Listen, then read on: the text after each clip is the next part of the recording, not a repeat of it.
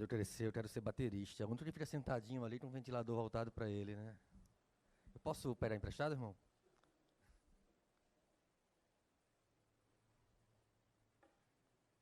Devolvo, viu? Obrigado. Que bom podermos estar aqui mais um domingo para expor as Escrituras. Que o Senhor tenha misericórdia da gente, de mim, que não comprometa a fidelidade da sua palavra, a pureza da sua palavra, da igreja, que possa recebê-la, assim como o Senhor tem falado ao meu coração, possa falar ao nosso coração nesse momento. Quero convidá-los a abrir suas Bíblias, a carta de Paulo aos Tessalonicenses. Primeira carta de Paulo aos Tessalonicenses. Primeira carta de Paulo aos Tessalonicenses, nós vamos fazer a leitura do verso 1 ao verso 10. Eu os convido a fazer essa leitura alternada comigo. 1 Tessalonicenses, capítulo 1, do verso 1 ao verso 10. 1 Tessalonicenses, capítulo 1, do verso 1 ao verso 10. Diz assim a palavra de Deus. Vamos fazer essa leitura, então, desculpa, eu falei alternada, mas vamos fazer em uma só voz, eu acho que vai ficar bonito. A gente vai ouvir com força e clareza e acompanhar bem a leitura da palavra. Diz assim a palavra de Deus, vamos ler juntos. Paulo, Silvano e Timóteo, a igreja dos Tessalonicenses, em Deus Pai e nosso Senhor Jesus Cristo, graça e paz a vós outros. Damos sempre graças a Deus por todos vós, mencionando-vos em nossas orações e sem cessar, recordando-nos diante do nosso Deus e Pai, da operosidade da vossa fé, da abnegação do vosso amor e da firmeza da vossa esperança em nosso Senhor Jesus Cristo. Reconhecendo, irmãos, amados de Deus, a vossa eleição, porque o nosso Evangelho não chegou até vós tão somente em palavra, mas sobretudo em poder no Espírito Santo e em plena convicção, assim como sabeis ter sido o nosso procedimento entre vós e por amor de vós. Com efeito, vos tornastes imitadores nossos e do Senhor, tendo recebido a palavra, posto que em meio de muita tribulação, com alegria do Espírito, de sorte que vos tornastes o modelo para todos os crentes na Macedônia e na Acaia. Porque de vós repercutiu a palavra do Senhor, não só na Macedônia e Acaia, mas também por toda parte se divulgou a vossa fé para com Deus, a tal ponto de não termos necessidade de acrescentar coisa alguma, pois eles mesmos, no tocante a nós, proclamam que repercussão teve o nosso ingresso no vosso meio, e como, deixando os ídolos, vos convertestes a Deus, para servirdes o Deus vivo e verdadeiro, e para guardardes dos céus o seu Filho, a quem ele ressuscitou dentre os mortos, Jesus, que nos livra da ira vindoura. Até aqui. Essa mensagem de Paulo à igreja em Tessalônica, a mensagem inicial, ele vai discorrer acerca de temas importantes para aquela igreja ao longo de todo o livro, mas nós vamos cuidar primeiramente desse capítulo. Convido você a fechar os seus olhos, vamos pedir que Deus nos dirija na compreensão da sua palavra e na sua adoração. Pai bendito, todo-poderoso Deus, louvado, Senhor, seja o teu nome, Pai, porque tu és santo, Senhor, e nós somos indignos, Senhor do Senhor. Que a nossa indignidade, Pai, que a minha indignidade, no momento de expor a tua palavra, não comprometa a pureza dela. Que possamos entendê-la, aprender do Senhor de maneira fiel, como o Senhor assim nos tem ensinado sempre que nós lemos, iluminados pelo teu Santo Espírito. Ó Pai, que pela tua graça, a tua palavra seja gravada em nossos corações, que vire prática em nossas vidas, que o nosso meditar seja conduzido pelo Teu Espírito, que o nosso viver, o aplicá-la, seja conduzido pelo Teu Espírito, Pai. Ó Deus, nos ilumina o coração, o entendimento, nos dá a oportunidade de sermos forjados, moldados pela Tua vontade revelada, Deus. Assim, Deus, nós te clamamos, em nome de Jesus, Pai. Amém. Amém. Quais são as marcas, as características de um crente, de uma igreja, do povo de Deus? Esse tem sido uma reflexão constante em meio às circunstâncias em que nós temos vivido, quando o termo evangélico já não quer dizer uma coisa boa, como em algum momento já quis dizer atrás. Recentemente, alguns jornais, em especial a BBC, fez uma matéria bem extensa sobre a influência dos evangélicos no poder, na política, pelo mundo, e em especial na América. Como isso foi sendo reportado ali, não de uma maneira positiva, não era essa a intenção da matéria, mas de como os poderes vêm sendo influenciados, não pela palavra de Deus, mas pelos interesses de algumas denominações, de algumas culturas religiosas, e de como isso vem afetando a condução ou retirada ou declínio de alguns poderes ao longo da América. E o mais importante e que mais deve nos chamar a atenção é que a conduta desses influenciadores do poder, ou pelo menos de grande parte deles, não é uma conduta bíblica cristã. Muito pelo contrário. Eles têm trazido muito mais vergonha ao Evangelho, pela maneira como o poder tem sido a sua marca, ou o seu maior desejo, ou talvez em última necessidade o seu ídolo, e não o Senhor. Tão mais preocupados com os rudimentos desse mundo do que com a proclamação do reino, tem feito com que muitos dos evangélicos, dos cristãos, pervertam o seu coração em caminhos que não conduzem ou não apontam para Deus, mas estão simplesmente centrados nas coisas desse tempo e dessa vida. Paulo escreve a Tessalônica sobre a preocupação que ele tinha da conduta daquela igreja naquele contexto. Que marcas aquela igreja estava, ou por que marcas, por que características aquela igreja estava sendo, então, estava sendo conhecida? Pelo que as pessoas nos conhecem como igreja? Se as pessoas falam de nós enquanto cristãos, qual a imagem que elas têm de nós e da nossa igreja? Se nós fôssemos embaixadores da nossa igreja no lugar onde nós trabalhamos ou estudamos, estaríamos fazendo um bom trabalho? Estaríamos refletindo a Cristo através da nossa conduta, através daquilo que nos preocupa, ou aquilo que tem inclinado o nosso coração, vontade, energia, nossos investimentos financeiros? Para onde essas coisas têm apontado? Que marcas a nossa vida tem revelado?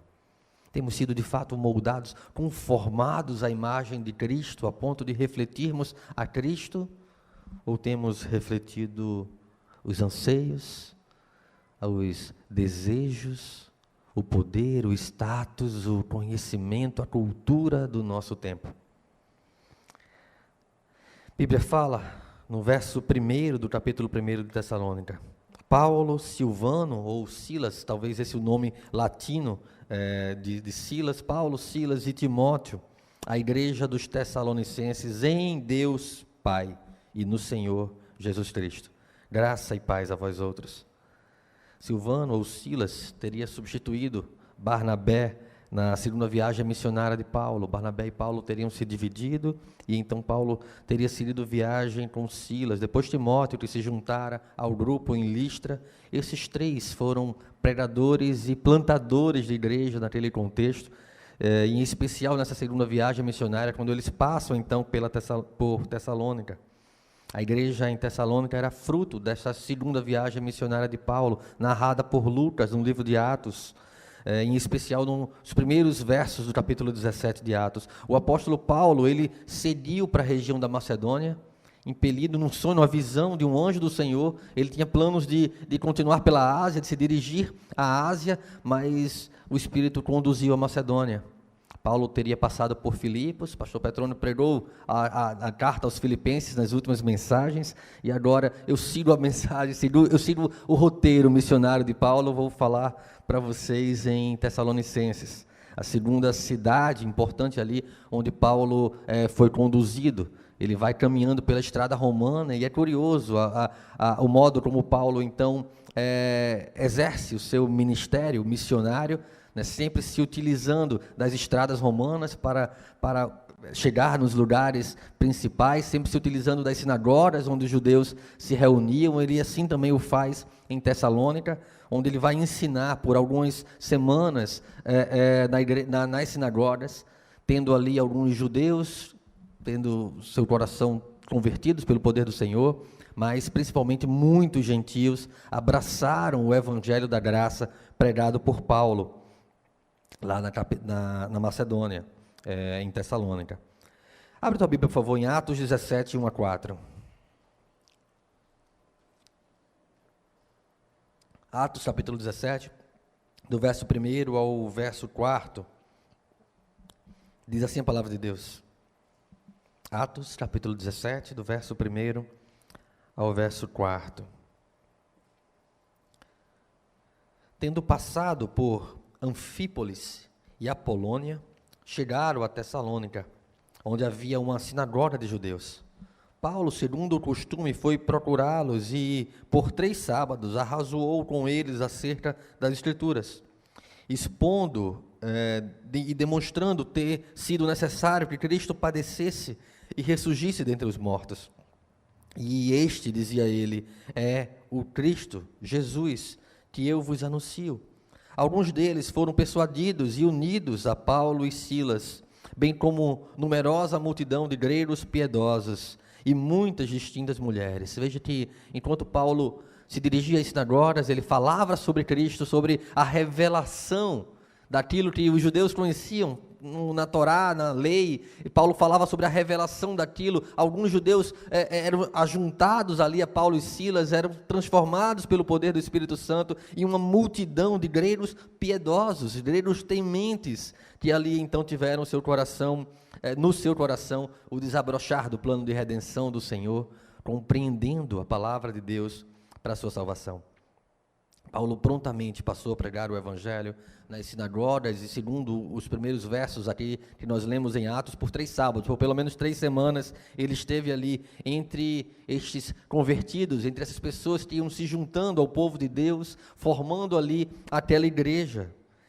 E apesar da oposição dos judaizantes e das autoridades judaicas naquele contexto, uma igreja foi plantada ali na Europa, uma igreja foi plantada naquela região da Macedônia, a qual depois Paulo, depois de ser importunado, tanto em Tessalônica, passando por Bereia, ele vai então para Atenas e depois Corinto, seguindo a sua segunda viagem missionária. Mas antes de chegar em Corinto, Paulo, preocupado com a condição dos tessalonicenses, manda Timóteo de volta. Timóteo volta para Tessalônica.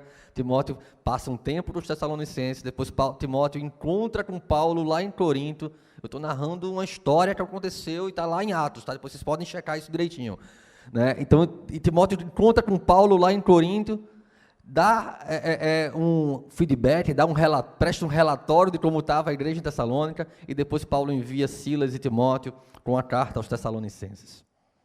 Timóteo, então, leva esta carta que, sim, trazia uma ação de graças, uma alegria de Paulo por estar recebendo notícias tão boas dos tessalonicenses, do vigor da sua fé.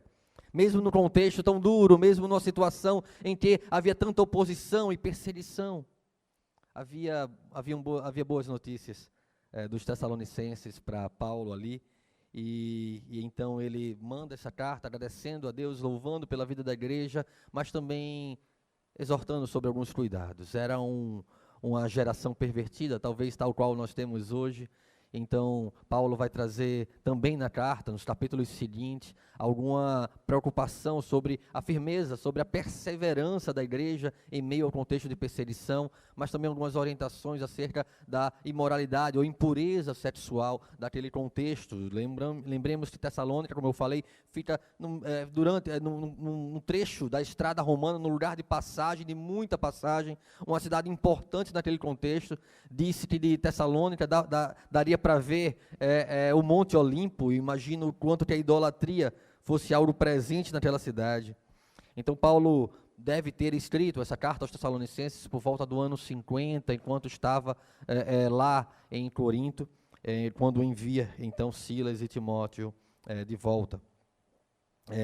Os 3 primeiros capítulos eles são mais pessoais e reflexivos, e traz um pouco do amor, do carinho que Paulo tinha pelos Tessalonicenses. Talvez se qualquer um de nós fosse escrever uma carta à igreja da Encruzilhada, talvez fosse muito parecida com essa, porque acredito que o sentimento seja mútuo, no sentido de nos reconhecermos como uma igreja que cuida uns dos outros, a igreja que tem preocupação uns pelos outros, uma igreja que em tudo reflete marcas importantes de uma igreja genuína, de uma igreja cristã genuína. Paulo, então, ele lembra da sua acolhida pelos Tessalonicenses, né, e como eles também acolheram o próprio Evangelho de Cristo, como eles abraçaram o Evangelho de Cristo. E então ele fala sobre a sua preocupação, sua prontidão preocupante em enviar Timóteo por causa daquele contexto de perseguição.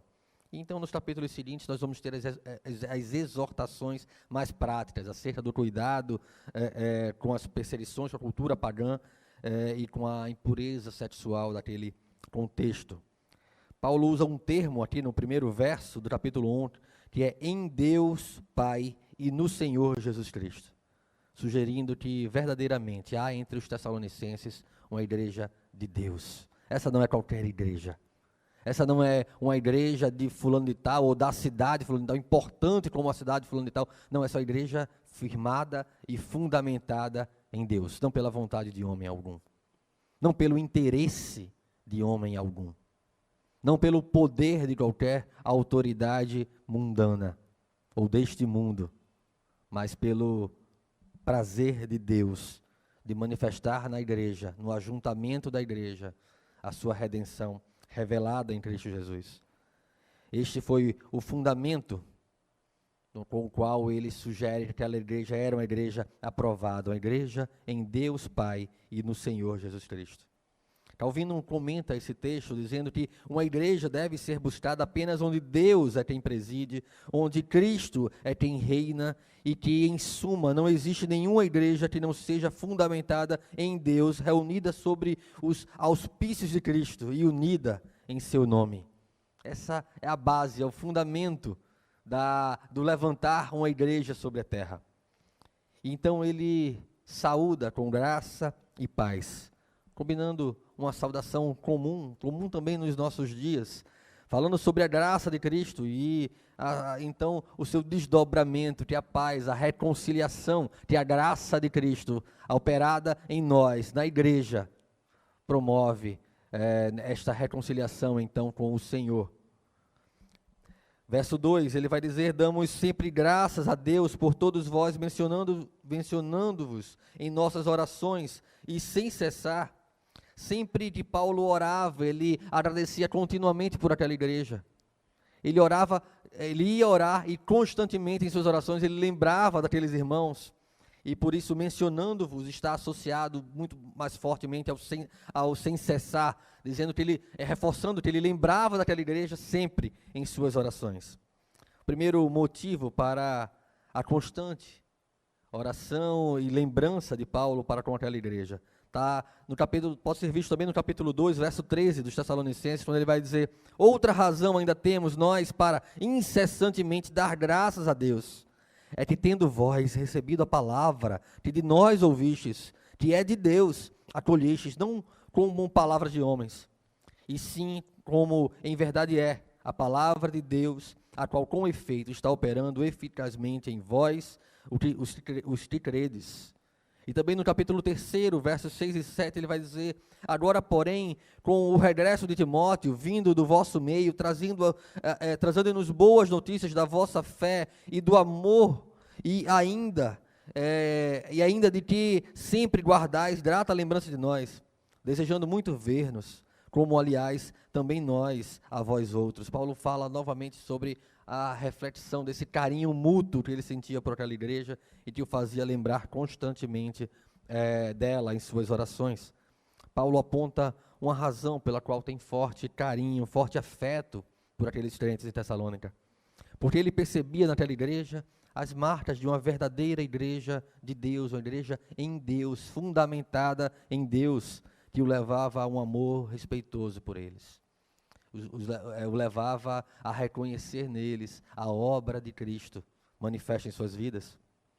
Moody, um crente comentarista, também ele vai dizer que essa ordem cronológica que Paulo vai citar aqui no verso 3, e é o verso no qual eu gostaria de repousar a nossa reflexão, e nós vamos meditar mais profundamente nele. A fé que se relaciona com o passado, o amor com o presente, a esperança com o futuro, como Deus cuidava de todos os aspectos da vida daquela igreja. E então no verso 3, eu gostaria que pudéssemos ler juntos nesse momento, pois vamos focar nele a nossa reflexão nessa noite. Diz o seguinte: recordando-nos, vamos ler juntos? Recordando-nos diante do nosso Deus e Pai, da operosidade da vossa fé, da abnegação do vosso amor e da firmeza da vossa esperança em nosso Senhor Jesus Cristo. Essa era a oração de Paulo.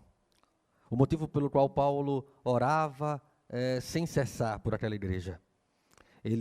Porque ele recordava diante do nosso Deus e Pai, ele trazia a memória, ele lembrava em suas orações da operosidade da fé daquela igreja, da abnegação do amor daquela igreja e da firmeza da esperança daquela igreja. Fé, amor e esperança. Não parece algo isolado na carta aos Tessalonicenses. Também em Corinto, Paulo vai dizer que estas são 3 virtudes importantes da igreja, porque no fim ficam a fé, a esperança e o amor, e depois ele vai falar como o maior destes é o amor. Paulo aqui aos Tessalonicenses lembra bem a evidência de como isso marca a existência da igreja, de como isso sela a verdadeira igreja em Cristo Jesus, uma igreja que tem uma fé operosa, uma igreja que revela, que manifesta um amor abnegado, uma igreja que está firmada na esperança da glória eterna dos céus e não nas razões, nos poderes, no status, nas coisas e rudimentos desse mundo. É isso que Paulo então traz a nossa reflexão, incessantemente lembrando da operosidade da fé. Eu gosto da tradução da NVI, quando ele fala sobre o amor, e aqui nós temos Paulo lembrando da abnegação do amor, mas eu gosto da tradução da NVI, quando ele traz do esforço motivado pelo amor, ele traz como uma verdade mais clara acerca da força da palavra aqui aplicada, de não era um simples amor qualquer, mas o amor que te levava a se esforçar, a trabalhar, a suar por ele, ou motivado por ele. Não era um amor inoperante, não era um amor de longe, era um amor de perto. Não era um amor de orar de longe, mas era um amor de investir tempo na vida uns dos outros.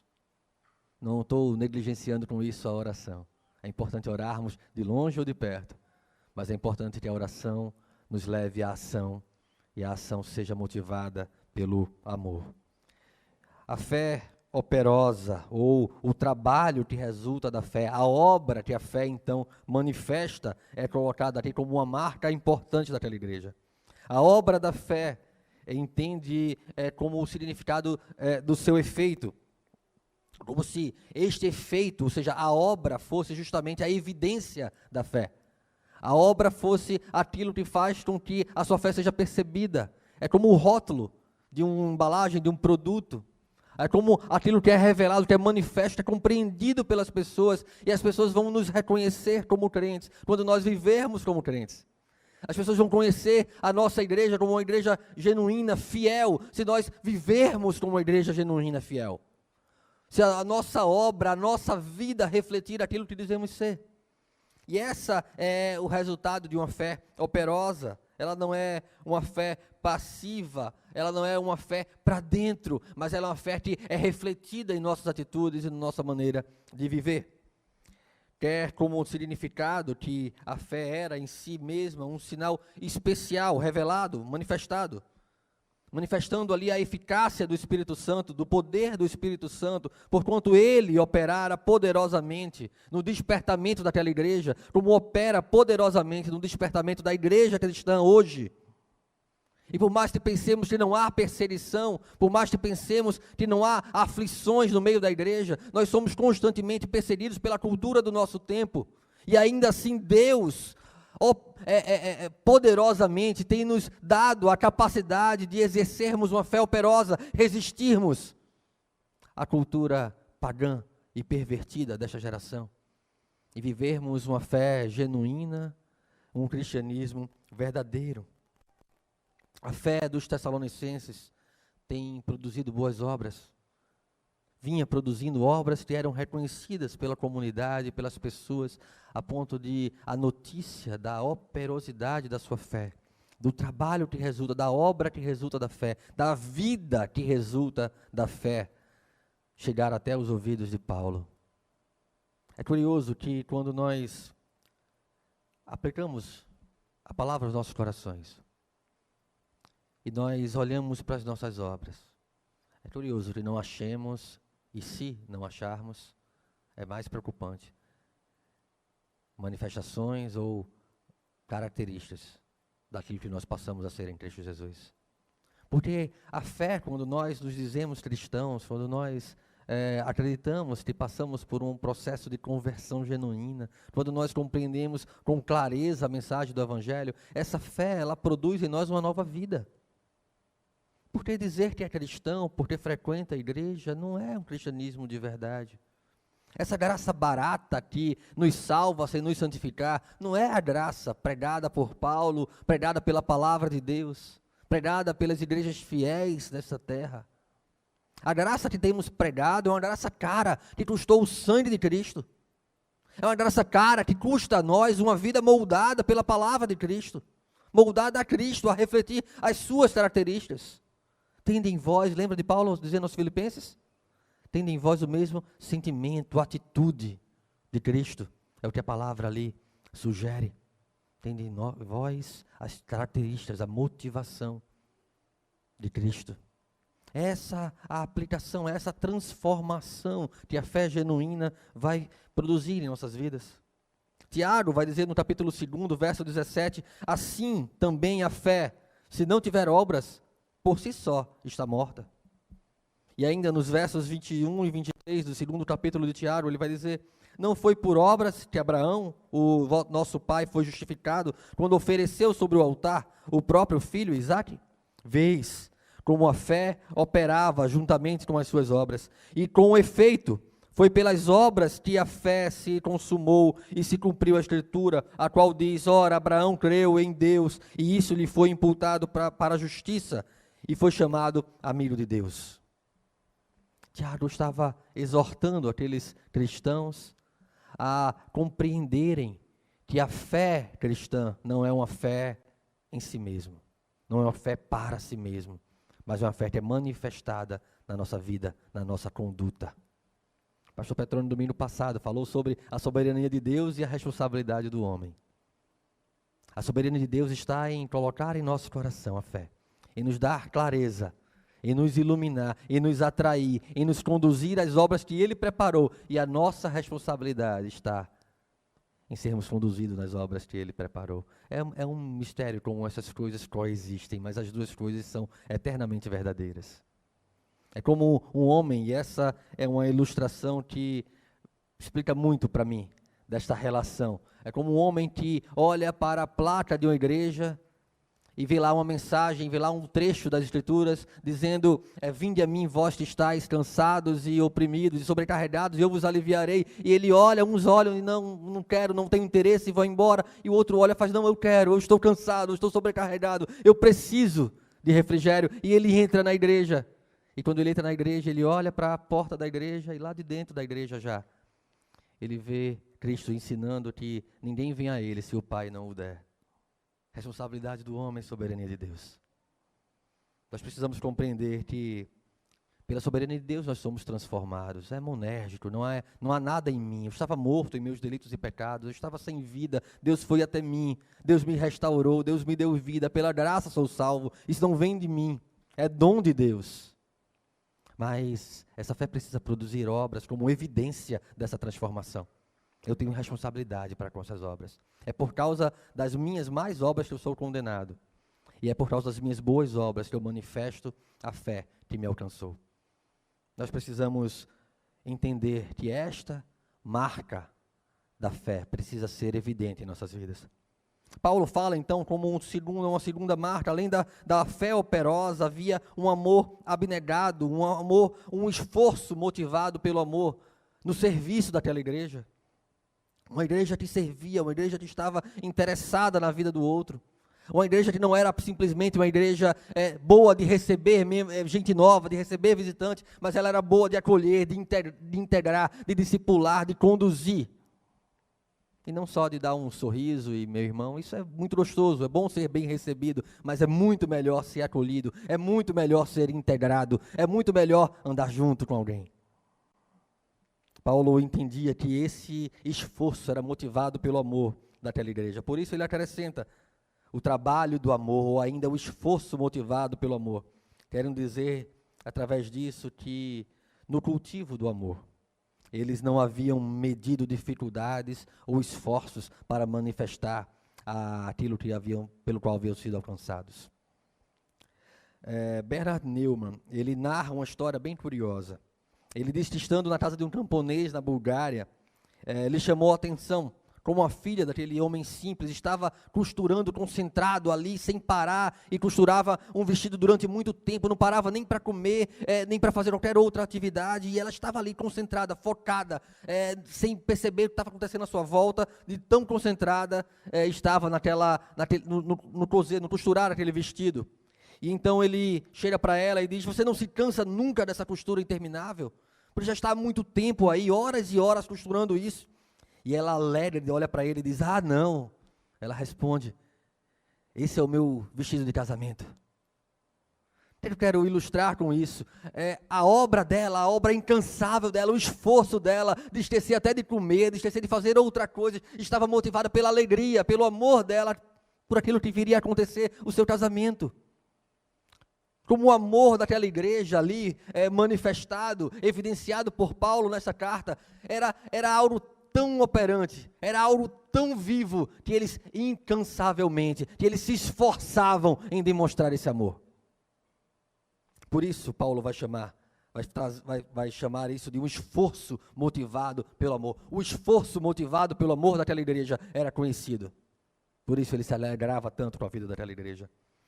O amor os levou a se afadigarem, a suarem, a trabalharem com muito esforço uns pelos outros. Eu aprendi que fundamentos importantes de uma igreja passam por pelo menos 4 áreas importantes em uma igreja. Primeiro, o testemunho dela. Uma igreja precisa dar bom testemunho. É o que nós temos aqui como fé operosa. A fé operosa produz na igreja bom testemunho. Uma igreja precisa proclamar o evangelho, esse é o papel da igreja. Ser proclamadora do evangelho, quase que não sai agora. Ser proclamadora do evangelho. Uma igreja precisa ter comunhão. Comunhão é uma marca importante da igreja. E uma igreja precisa servir, diaconia, serviço. Diaconia não é serviço de diácono. Diaconia é serviço da igreja. É papel da igreja. Uma igreja que se esforça para servir, que sua para servir uns aos outros. Esse é o amor abnegado no qual Paulo fala aqui. Em Gálatas capítulo 5, versos 13 e 14, eu peço que abra uma Bíblia comigo, livro de Gálatas, carta de Paulo aos Gálatas.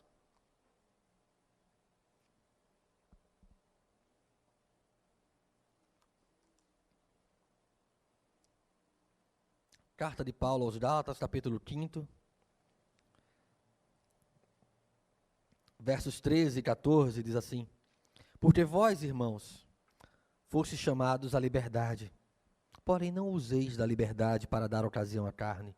Sede antes servos uns dos outros, pelo amor.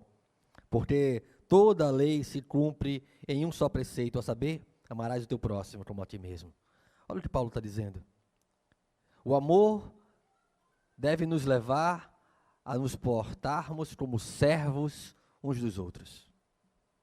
O amor deve nos levar a portar-nos como servos uns dos outros. Em 2 Coríntios, capítulo 8, verso 7 ao 11, diz assim: Como, porém, em tudo manifestais superabundância, tanto na fé e na palavra, como no saber, e em todo cuidado, em nosso amor para convosco, assim também abundeis nesta graça. Não vos falo na forma de mandamento, mas para provar pela diligência de outros a sinceridade do vosso amor. Pois conheceis a graça de nosso Senhor Jesus Cristo, que sendo rico, se fez pobre por amor de vós, para que pela sua pobreza vos tornasseis ricos. E nisto dou minha opinião, pois a vós outros, que desde o ano passado, principalmente, não só a prática, mas também o querer convém isto. Completai agora a obra começada, para que assim como revelastes prontidão no querer, assim a levais a termo, segundo as vossas posses. Paulo está falando aqui sobre como aquela igreja deveria não só amar de boca, mas também usar as suas posses como reflexo, como ação do seu amor. E em 1 João, capítulo 3, versos 18, João vai nos lembrar desta importante marca como filhos de Deus. Filhinhos, não amemos de palavra, nem de língua, mas de fato e de verdade. Não apenas da boca para fora, não apenas exteriormente, não apenas dominicalmente, mas de fato e de verdade. Em meio a um contexto em que a igreja era incrivelmente pressionada por perseguições, por aflições. Muitos eram despojados dos seus bens, perdiam suas propriedades naquele contexto. Muita gente que tinha alguma coisa, depois não tinha mais nada. Muita gente perdia membros de suas famílias por causa da sua declaração, da sua profissão de fé. Essa era uma condição que envolvia praticamente toda a igreja naquele contexto. Porém, tantas carências não permitiram que o amor da igreja ficasse inativo. Ele era ativo, ele era conhecido, ele era uma marca importante daquela igreja. Uma igreja que tinha uma fé operosa, uma igreja que tinha um amor abnegado, uma igreja que estava firmada, solidificada, numa firme esperança, numa perseverança proveniente da esperança. Por que aquela igreja perseverava? Por que aquela igreja acreditava que podia passar pelo que passasse e continuar amando uns aos outros e continuar vivendo o bom testemunho? É porque ela estava fundamentada na esperança da glória eterna dos céus. Ela tinha senso de eternidade. Ela não estava com os olhos e o coração nas coisas dessa vida, mas a alegria dela estava na firme esperança da volta de Cristo. A esperança da segunda vinda de Cristo, a esperança da volta de Cristo, produz naquela igreja, produz na igreja hoje, no crente genuíno, a corajosa e resiliente atitude de perseverar nos caminhos do Senhor, mesmo que te impeça de perder algo nessa vida. Como disse já Richard Baxter, nada nessa vida compensa aquilo que podemos perder se não tivermos o céu.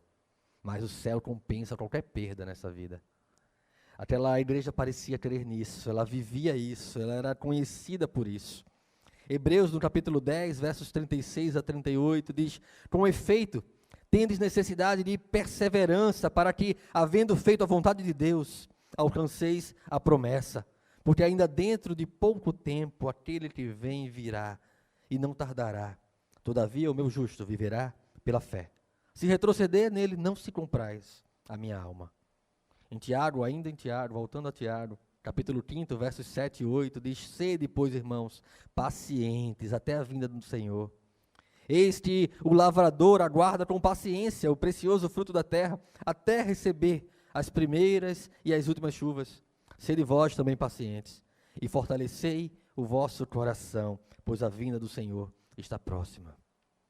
Paciência, perseverança, resultado de uma mente consciente de que o Senhor virá, que o Senhor cumprirá a sua promessa, e a sua promessa não é nos enriquecer, não é nos encher de conhecimento, a sua promessa é nos levar com Ele para casa. Esse não é o nosso lar, nós somos peregrinos nesse mundo, nós estamos aqui por um curto espaço de tempo, diante de uma eternidade que passaremos na glória com Deus. A esperança, ele atribui a paciência, uma vez que estão unidas, pois esperamos, o que esperamos com paciência esperamos, escreveu Paulo aos Romanos, aplicando aqui que a paciência deles está em aguardar a vinda do nosso Senhor e Salvador Jesus Cristo. Esse é o entendimento essencial que marca uma igreja cristã, o que sela a nossa eleição, a nossa fé operosa, o nosso amor abnegado e a nossa convicção, a nossa perseverança, firme esperança na volta do nosso Senhor. Uma vez que não foi uma simples pregação que havia sido apresentada àquela igreja em Tessalônica, não foi uma simples pregação que foi apresentada aos nossos corações no dia que o Senhor separou, no tempo, para a nossa conversão, mas uma mensagem fiel que estava associada à eficácia do Espírito Santo, no poder do Espírito, como ele vai falar aqui no verso 5 do capítulo 1 da carta aos Tessalonicenses.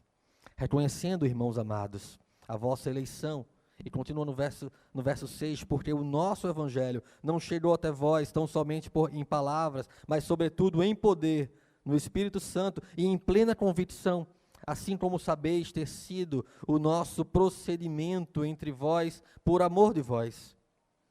Por esse, meus irmãos, essa igreja é o resultado da graça, a firmeza, a evidência da nossa eleição, a evidência da soberania de Deus, revelada através da nossa responsabilidade, através da nossa conduta. A ação de graças por aquela igreja é a certeza que o apóstolo tinha na eleição dos Tessalonicenses. A ação de graças que nós podemos dar pela nossa igreja, por este grupo que aqui se reúne, no tempo que o Senhor separa, na história da nossa peregrinação, de estarmos juntos aqui, é a evidência da nossa salvação, a maneira como nós vivemos, a maneira como nós nos portamos uns com os outros, é motivo de ações de graças. Eu louvo a Deus pela vida da igreja presbiteriana na Encruzilhada, igreja em Deus e no Senhor Jesus Cristo. A convicção da eleição reside no fato de que o Espírito introduziu o Evangelho em nossos corações. E tão somente pelo poder do Espírito Santo, essa nova vida é de fato uma nova vida. E nunca a parte do Espírito Santo, e nunca por algo que mereçamos, e nunca por algo que possamos fazer, mas pelo poder do Espírito Santo. A eleição da igreja brota do amor de Deus, quando nós éramos ainda pecadores. Os crentes são chamados em Tessalônica de amados de Deus, porque quando eles eram pecadores, quando estavam perdidos, Deus usou Paulo para não ir para a Ásia, para ir para a Macedônia, para pregar o Evangelho nas sinagogas por 3 semanas, para que o coração daquela igreja fosse alcançado, e ali uma igreja genuína fosse levantada, e o testemunho do Senhor fosse então compartilhado, não só na Macedônia, mas também na Acaia, e chegando até Paulo lá, em Corinto. O procedimento, as marcas daquela igreja. O Espírito Santo operou gloriosamente no meio daquele povo, como tem feito hoje no meio da nossa igreja, no meio da igreja de Cristo espalhada por toda a terra. Devemos sempre ter à mente que a eleição de Deus, embora em parte um mistério, ela se manifesta em nossas responsabilidades, ela se manifesta nos sinais que nós evidenciamos quando estamos reunidos, quando somos igreja, mas também nos sinais que nós evidenciamos daquilo que somos quando não estamos na igreja. Que marcas, ou por que marcas nós temos sido conhecidos? O que nós temos manifestado em nossas atitudes, o que as pessoas têm visto e aprendido de nós. Calvino comenta que o cristianismo verdadeiro é uma fé viva e cheia de vigor, não poupando nenhum esforço quando se deve prestar assistência ao próximo, mas pelo contrário, todos os que são piedosos, que se empregam diligentemente nos ofícios do amor e evidenciam, investem seus esforços nele, de modo que, atentos à esperança da manifestação de Cristo, desprezam tudo mais. E armados pela paciência, eles se levantam superiores ao cansaço, pela extensão do tempo, bem como a todas as tentações do mundo, como igreja que somos. Uma fé viva, cheia de vigor. Um amor que não mede esforços em servir ao outro. Uma paciência, uma perseverança que é oposta, que é resistente à pressão da pecaminosidade deste mundo. O Espírito que comprovou a eleição de Deus pelo seu poder, também capacitou os Tessalonicenses a enfrentar as aflições com uma firmeza, mas também com alegria. Com firmeza na palavra, com firmeza resiliente, resistente às tentações, à imoralidade sexual do seu tempo, às pressões de lideranças, de autoridades, até religiosas, ou mesmo de poderes, de reis, de autoridades políticas naquele contexto. Mas com alegria, não foi uma resistência dolorida, sofrida, no sentido de que aquilo não cessou o amor daquela igreja, pelo contrário, quanto mais a igreja era perseguida, mais ela amava. Quanto mais as pessoas perdiam suas propriedades, mais eles eram amados e cuidados pela igreja. Uma igreja que demonstrava uma fé operosa, um amor abnegado, que tinham a sua esperança em Cristo e não nas coisas dessa vida. Os cristãos de Antioquia, lá no início do livro de Atos, começo da historinha de Paulo, fala que eles são pela primeira vez chamados cristãos, porque viviam como Cristo, porque refletiam o caráter de Cristo, as marcas de Cristo. Nós somos cristãos. Quais marcas de Cristo têm sido claramente evidenciadas pelo nosso procedimento, pela nossa vida? Na nossa fé, nós somos cristãos. Uma fé operosa, uma fé que é refletida no nosso testemunho, nas coisas que nós escolhemos, no estilo de vida que nós vivemos, no amor abnegado, no esforço com o qual nós servimos uns aos outros, na esperança da convicção da glória eterna dos céus, em vez de colocar o nosso coração nos rudimentos desse mundo. Nessas coisas tem sido o Senhor revelado através da nossa igreja, ou temos sido conhecidos nos lugares onde nós estamos sendo colocados, onde nós estamos inseridos. Assim nós mostraremos que em meio às desesperanças e trevas desse tempo, a luz de Cristo pode revelar um evangelho de graça, um plano de redenção, uma perspectiva que vai muito além das coisas que esse tempo tem para oferecer.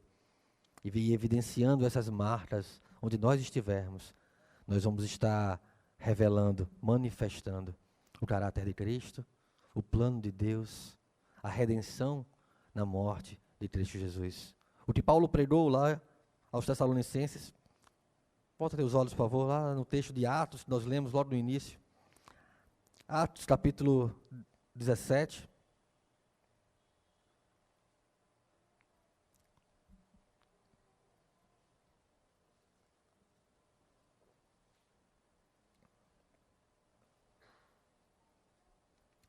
Versos 1 ao verso 4 diz: tendo passado por Anfípolis e Apolônia, chegaram a Tessalônica, onde havia uma sinagoga de judeus. Paulo, segundo o seu costume, foi procurá-los e por 3 sábados arrasou com eles acerca das Escrituras, expondo e demonstrando ter sido necessário que Cristo padecesse e ressurgisse dentre os mortos. E este, dizia ele, é Cristo Jesus, que eu vos anuncio. Esse é o propósito da igreja, é a missão da igreja. Proclamar que foi necessário Cristo ter vindo. Foi necessário Cristo viver uma vida que nós não tínhamos condições de viver. Foi necessário Cristo morrer uma morte que estava reservada para a justiça, para a justa ira de Deus. E que não é mais a nossa morte, porque Cristo morreu no nosso lugar. Porque Cristo morreu para satisfazer a ira de Deus. E nós fomos alcançados pelo amor. E por isso, por este amor, nós precisamos viver a vida de Cristo. Essa é a mensagem que as nossas vidas precisam proclamar para esse mundo. A mensagem é a vida de Cristo. É a marca da igreja. É uma fé operosa. É um amor abnegado. É uma perseverante esperança. E nisso nós vamos estar demonstrando que somos de fato cristãos. Quem sabe sermos conhecidos como cristãos, porque somos espelhos de Cristo. Que Deus tenha misericórdia de nós e possa aplicar em nossos corações a sua palavra.